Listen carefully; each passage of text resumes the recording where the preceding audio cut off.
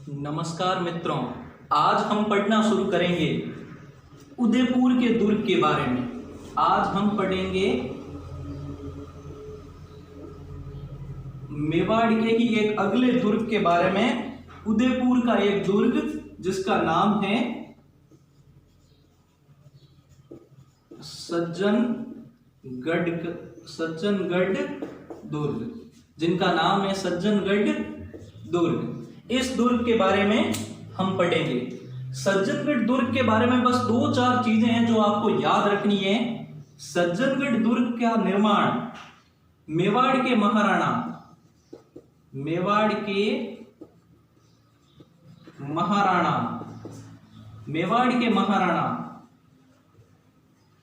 सज्जन सिंह जी के द्वारा करवाया गया। इनका नाम आपको याद रह जाएगा, दुर्ग के नाम के साथ ही निर्माण करवाया गया। और वो भी अगर पूछ लिया जाए तो बांसदरा की पहाड़ियों पर इनका निर्माण करवाया गया, बांसदरा की पहाड़ियों पर। और कौन सी चीज इसके बारे में याद रखनी है? एक सबसे इंपॉर्टेंट चीज है जो इसके बारे में आपको याद रखनी है कि इस दुर्ग को मेवाड़ का मुकुटमणि कहा जाता है इसी दुर्ग को। और वर्तमान में इस दुर्ग के अंदर पुलिस कार्यालय संचालित है। इस दुर्ग के अंदर एक पुलिस स्टेशन चल रहा है वर्तमान के अंदर। अब इसमें कंफ्यूज ये किया जाता है कि काफी बार पूछा जाता है कि मेवाड़ का मुकुटमणि किस दुर्ग को कहा जाता है। प्रश्न इसके संबंधित दे दिया जाता है। प्रश्न इस तरीके से पूछा जाता है कि मेवाड़ का मुकुटमणि किस दुर्ग को कहते हैं, और उसमें चारों ऑप्शन दिए हुए होते हैं। कंफ्यूज करने के लिए मेवाड़ के ही चारों दुर्ग दे दिए जाते हैं, जिसमें लिखा हुआ आता है कुंभलगढ़ दुर्ग को, दूसरा उसमें लिखा हुआ आता है चित्तौड़गढ़ दुर्ग को, सज्जनगढ़ दुर्ग को, या लिखा आता है भैंसरोडगढ़ दुर्ग को। तो उसमें ज्यादातर बच्चे कंफ्यूज हो जाते हैं और चित्तौड़गढ़ दुर्ग के ऊपर सही करके आ जाते हैं। बल्कि मेवाड़ का जो मुकुटमणि है वो किसे कहा जाता है? सज्जनगढ़ दुर्ग को। 90% बच्चे उसमें चित्तौड़गढ़ करके आ जाते हैं, क्योंकि मेवाड़ के अंदर अगर सर्वश्रेष्ठ विशेषताएं लिए हुए कोई दुर्ग है तो वो है चित्तौड़गढ़ का दुर्ग। तो मेवाड़ का मुकुटमणि किसको कहा जाता है? सज्जनगढ़ दुर्ग को। ये चीजें इसके बारे में याद रखनी है, इस दुर्ग के बारे में। और एक दुर्ग अगर हम पढ़ना चाहें, दुर्ग के बारे में पढ़ना चाहें तो चित्तौड़ के दुर्गों की तरफ चलते हैं। चित्तौड़गढ़ दुर्ग पढ़ने से पहले, सभी दुर्गों का सिरमौर चित्तौड़गढ़ दुर्ग पढ़ने से पहले मैं एक छोटे से जल दुर्ग के बारे में बात कर लेता हूं, जिसका नाम है भैंसरोडगढ़ का दुर्ग, जो कि चित्तौड़गढ़ के अंदर आया हुआ है। इस दुर्ग के बारे में बात कर लेते हैं। इस दुर्ग के बारे में अपन को पढ़ना क्या है? वो ये चीज पढ़नी है सबसे पहले, इस दुर्ग का निर्माण। इस दुर्ग का जो निर्माण है वो 18वीं शताब्दी के अंदर करवाया गया। कहीं कहीं इसकी डेट 1741 लिखी हुई मिलती है, लेकिन ये ऑथेंटिक डेट नहीं है। ज्यादातर 18वीं शताब्दी के अंदर अपन को जो याद रखने वाली चीज है वो ये है कि इस दुर्ग का जो निर्माण था वो भैंसाशाह नाम के जो व्यापारी थे, उन्होंने इस दुर्ग का निर्माण करवाया, जिसमें एक और इनके सहयोगी का नाम मिलता है, जिनका नाम था रोड़ा। ठीक है, रोड़ा शाह या रोड़ा नाम के एक व्यक्ति का नाम मिलता है कि रोड़ाचारण नाम का एक व्यक्ति था। रोड़ाचारण नाम का एक बंजारा था, उसने भी इसमें सहयोग किया था। तो इन दोनों ने मिलकर 18वीं शताब्दी के अंदर इस दुर्ग का निर्माण करवाया। दूसरी चीज जो इसके बारे में याद रखना है हमें कि ये जो दुर्ग हैं एकमात्र ऐसा दुर्ग है जिसका निर्माण किसी शासक या राजा ने न करवाकर, राजस्थान में ज्यादातर जो दुर्ग बने उनका निर्माण किसी राजा ने करवाया, किसी शासक ने करवाया, लेकिन ये एकमात्र ऐसा दुर्ग है जिसका निर्माण किसी राजा या किसी शासक ने न करवाकर, जिसका निर्माण व्यापारियों के द्वारा करवाया गया, व्यापारियों के द्वारा करवाया गया। इस दुर्ग को हम जल दुर्ग की श्रेणी में रख सकते हैं, जल दुर्ग की श्रेणी में रखा जा सकता है, क्योंकि चारों तरफ से जल दुर्ग की श्रेणी में इसलिए रखा जा सकता है क्योंकि ये दुर्ग दो नदियों से घिरा हुआ है। एक तरफ तो इसकी चंबल नदी चलती है, एक तरफ तो चंबल नदी है और एक तरफ ये संगम पर बना हुआ है, एक तरफ तो चंबल नदी है और एक तरफ बामणी नदी है, बामणी नदी है। तो इस तरीके से इस संगम पर इस दुर्ग का निर्माण किया गया है, चंबल नदी और बामणी नदी के संगम पर इस दुर्ग का निर्माण किया गया है, इसीलिए इसे हम जल दुर्ग की श्रेणी में भी रख सकते हैं। इस दुर्ग के बारे में जो याद रखने वाली चीज है कि इस दुर्ग को राजस्थान का वेलोर कहा जाता है, इस दुर्ग को राजस्थान का वेलोर कहा जाता है। वेलोर क्यों कहा जाता है? वेलोर का क्या तात्पर्य हुआ राजस्थान का वेलोर कहने का? वेलोर भारत के अंदर ही तमिलनाडु के अंदर आया हुआ, तमिलनाडु के अंदर आया हुआ एक दुर्ग का नाम है वेलोर दुर्ग। वो जो दुर्ग है वो भी दो नदियों के संगम से घिरा हुआ है, चारों तरफ से पानी से घिरा हुआ है वेलोर दुर्ग। इसीलिए इसकी तुलना, इस दुर्ग की तुलना तमिलनाडु के अंदर आए हुए उस वेलोर दुर्ग से की गई है, इसीलिए इस भैंसरोडगढ़ के दुर्ग को राजस्थान का। आइए आगे बढ़ना शुरू करते हैं बूंदी के किले के बारे में। नक्शे के अनुसार आपको राजस्थान का नक्शा देखना है और उसी के अनुसार हम चलते जा रहे हैं। बूंदी के जो दुर्ग है उसको तारागढ़ नाम से जाना जाता है। तो सबसे पहले जिस तरीके से हम पढ़ते आए बाकी दुर्गों को पढ़ा, सबसे पहले इसके निर्माण के बारे में पढ़ेंगे, इस दुर्ग के निर्माण के संबंध में पढ़ेंगे कि इस दुर्ग का निर्माण किसने करवाया।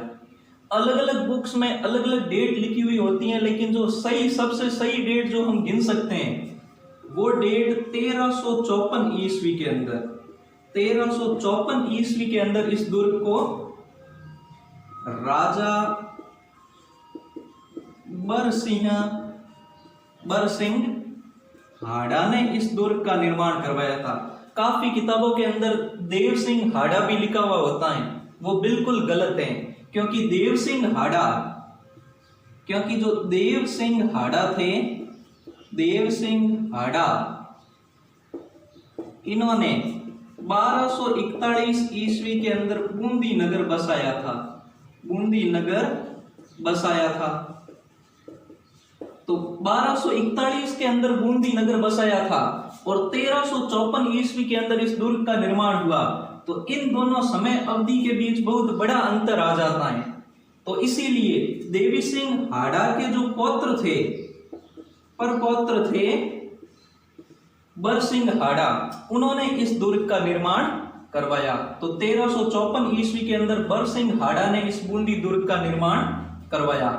और बूंदी दुर्ग के बारे में देखें तो इसके उपनाम के बारे में बात करें, उपनाम के बारे में बात करें तो पहला तो इसे बूंदी का दुर्ग कहा जाता है, बूंदी का दुर्ग कहा जाता है।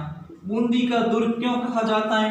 क्योंकि बूंदी के अंदर स्थित है, इसीलिए इसे बूंदी का दुर्ग कहा जाता है।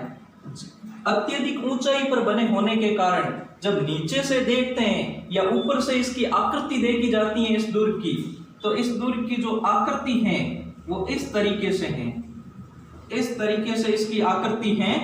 तो इसीलिए इसे, यानी तारे के समान इसकी आकृति है, इसीलिए इसे तारागढ़ कहा जाता है, इसे तारागढ़ कहा जाता है। अब एक तारागढ़ दुर्ग अजमेर के अंदर भी बना हुआ है, वो भी आपको याद रखना है, काफी बार इन दोनों में कंफ्यूजन कर दिया जाता है। तो बूंदी का दुर्ग, तारागढ़ दुर्ग, इसी दुर्ग को तिलिस्मी दुर्ग कहा जाता है, तिलिस्मी दुर्ग। तिलिस्मी दुर्ग क्यों कहा जाता है? क्योंकि इस दुर्ग के अंदर सुरंगें ही सुरंगें बनी हुई हैं, सुरंगें ही सुरंगें बनी हुई हैं जिससे कोई भी व्यक्ति कहीं पर भी निकल सकता है। असंख्य सुरंगें होने के कारण जिनका ज्ञात आज भी नहीं हो सका, तो इसी कारण इसे तिलिस्मी दुर्ग कहा जाता है। ये हाड़ौती क्षेत्र का सबसे प्राचीन दुर्ग है। हाड़ौती क्षेत्र का सबसे प्राचीन दुर्ग है। ये हाड़ौती क्षेत्र का सबसे प्राचीन दुर्ग है। और इस दुर्ग के बारे में याद करना चाहें तो दो टिप्पणियां आपको याद रखनी है। एक तो रुडयार्ड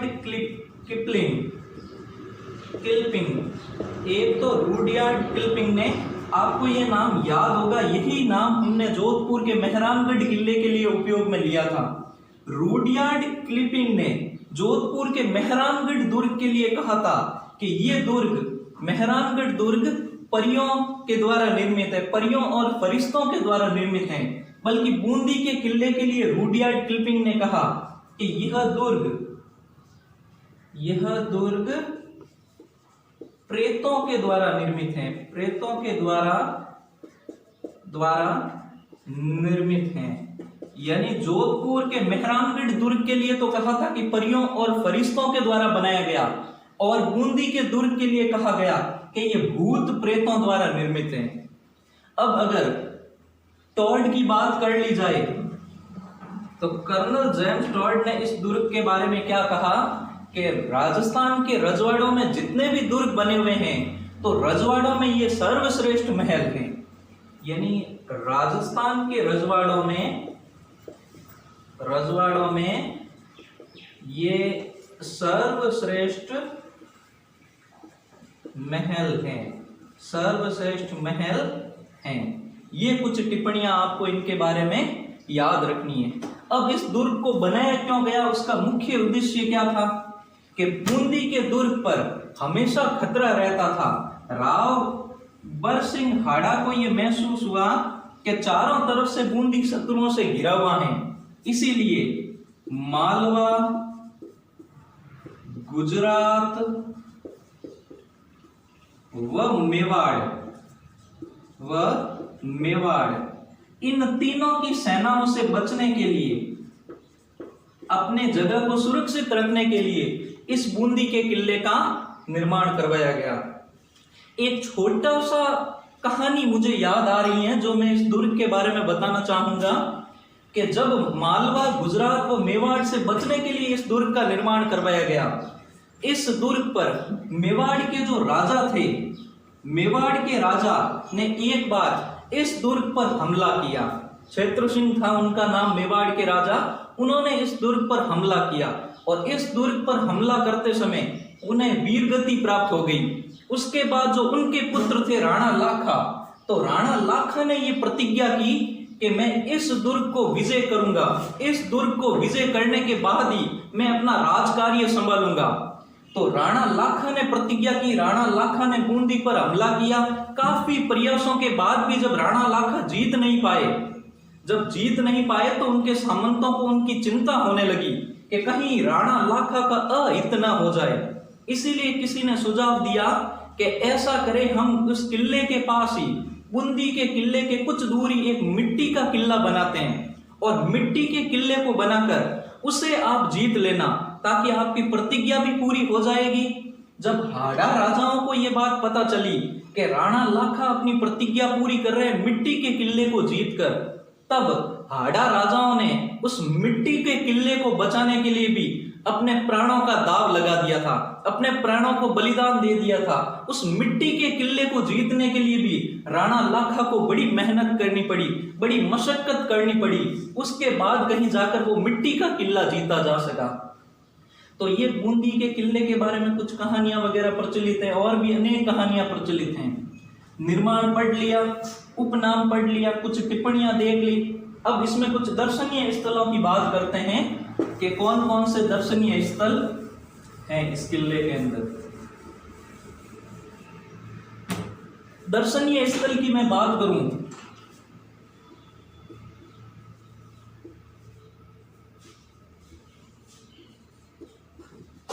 दर्शनीय स्थल की बात करें इस किले के बारे में, तो सबसे पहले जो आपको याद रखना है वो रखना है इस किले के अंदर बना हुआ रंग महल।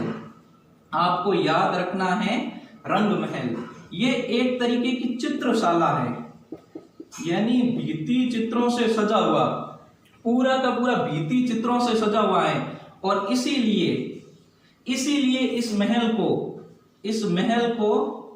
भित्ति चित्रों का स्वर्ग कहा जाता है। भित्ति चित्रों का स्वर्ग कहा जाता है इस रंग महल को। इस महल का जो निर्माण था वो बूंदी के राजा उम्मेद सिंह जी के द्वारा करवाया गया। बूंदी के राजा उम्मेद सिंह जी के द्वारा इस रंग महल का निर्माण करवाया गया। इसके जो भित्ति चित्र हैं वो बड़े प्रसिद्ध हैं। इसके जो भित्ति चित्र बड़े प्रसिद्ध हैं, जिसमें भगवान कृष्ण के भित्ति चित्र है रासलीला करते हुए, और भी रामायण से संबंधित कुछ चित्रों का जगह मिलती हैं। इसीलिए ये रंग महल अपने भित्ति चित्रों के कारण प्रसिद्ध हुआ। और अगर इस किले के दर्शनीय स्थलों के बारे में बात की जाए तो एक रानी जी की बावड़ी बनी हुई है। रानी जी की बावड़ी बनी हुई है। ये बावड़ी 15 मीटर तो चौड़ी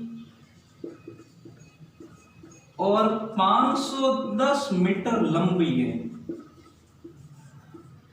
इसी विशालता लंबाई के कारण ही ये एशिया की इतनी बड़ी एकमात्र बावड़ी है। एशिया की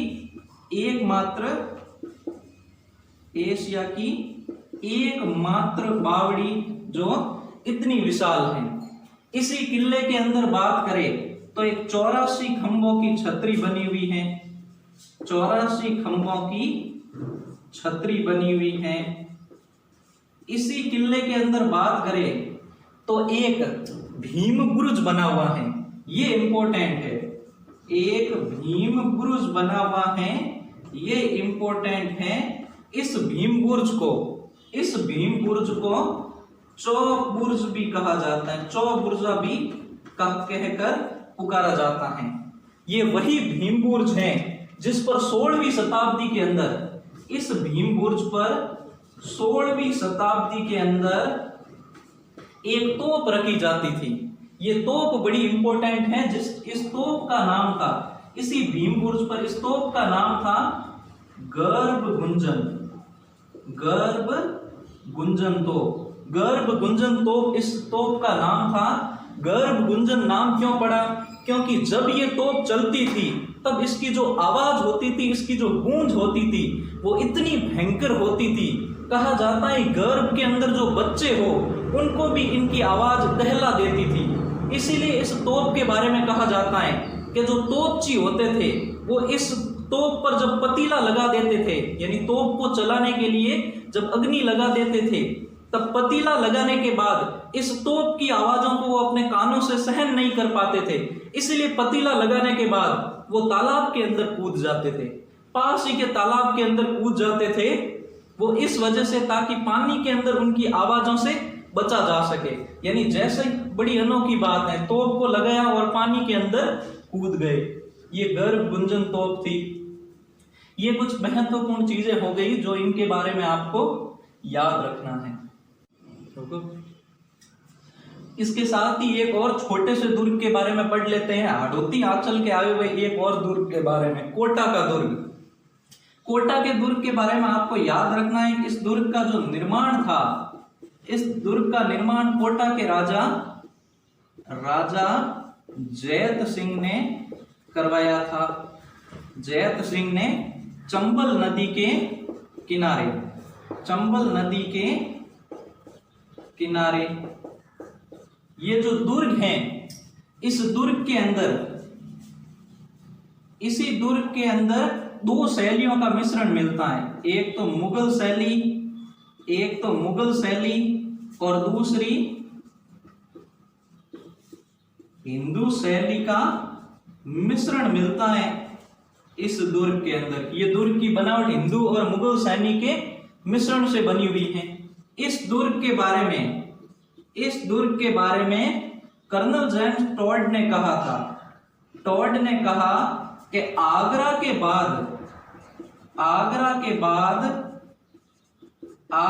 किले के बाद अगर किसी दुर्ग का परकोटा सबसे मजबूत है, अगर किसी दुर्ग का परकोटा सबसे मजबूत है, तो वह, अगर परकोटा किसी का बड़ा है या मजबूत है, तो वह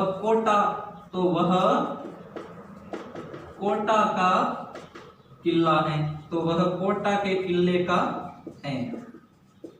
ये कहा था कर्नल जेम्स टॉड ने। एक और कार्ल खंडेलवाल नाम के इतिहासकार हुए, उन्होंने कोटा के दुर्ग के बारे में कहा कि यहाँ के भित्ति चित्रों का पूरे एशिया में कोई सानी नहीं है। यानी यहाँ के जो भित्ति चित्र हैं वो सबसे सर्वश्रेष्ठ बताए खंडेलवाल ने। ये साथ साथ में कुछ कोटा दुर्ग के बारे में तथ्य हो गए।